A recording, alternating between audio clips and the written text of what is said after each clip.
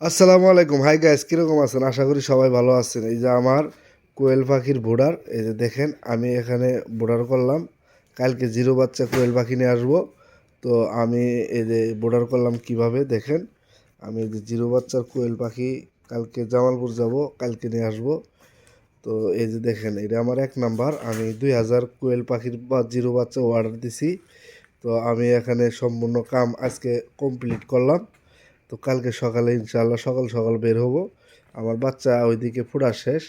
এই যে আমি ওকে করে রাখছি, আমি খালি সকালে যাব আর কোয়েল পাখি নিয়ে আসবো। ওই দেখেন এর আগেও আমি কোয়েল পাখি নিয়ে আসছিলাম। আমি এর আগেও কোয়েল পাখি নিয়ে আসছি, নিয়ে আসি আল্লাহ রহম বেচা কিনা করছি, মোটামুটি আল্লাহ রহমতে ভালো হয়েছে।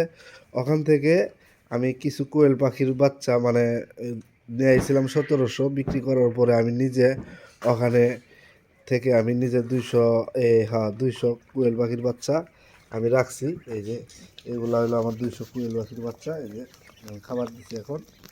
এগুলো হলো আমার 200 কোয়েল পাখির বাচ্চা। এখানে আমি 200 কোয়েল পাখির বাচ্চা রাখি। এগুলা কিন্তু বড় বড়, তারপরেও অনেক শীত তো তাই একটু এইভাবে রাখছি।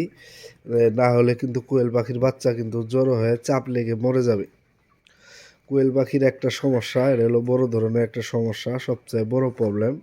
এটা হলো কোয়েল পাখির যে চাপ লাগে, মানে একটা আরেকটার উপরে উঠে, এটা শুধুমাত্র যদি ওদের গায়ে ঠান্ডা লাগে, মানে শীত শীত ভাব হয়, তাহলে একজন আরেকজনের উপরে উঠবো। আর উঠে কিন্তু সকালবেলা দেখবেন যে কোয়েল পাখির বাচ্চা মরে গেছে। তো আপনারা যদি কোয়েল পাখি আসলে লালন পালন করেন 20-50টা 100-200, তো এই যে এইভাবে আমার মতো বোর্ডার করা লাগবো, তাহলে ইনশাল্লাহ আপনার একটা কোয়েল পাখিও মরবো না।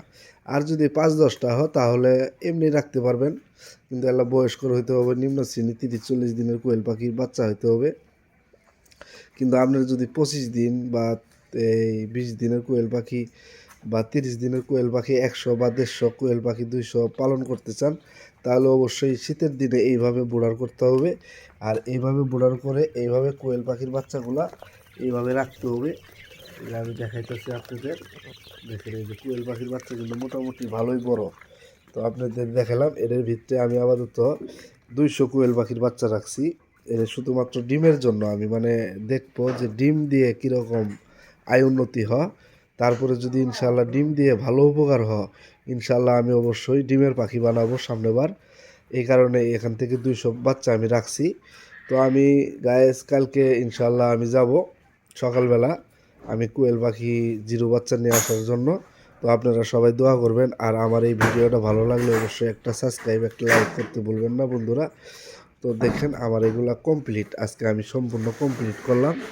এই যে আমি এখানে সার্কিট ব্রেকার সব কিছু লাগাই ওকে করছি। এই যে কারণ হলো কোনো সমস্যা হলে কোয়েল পাখির উপরের মানে ভাল্বের কোনো সমস্যা হলে ফুটলে টুটলে তাহলে অটোমেটিক সার্কিট ব্রেকার পড়ে যাব, বাচ্চার কোনো সমস্যা হবো না।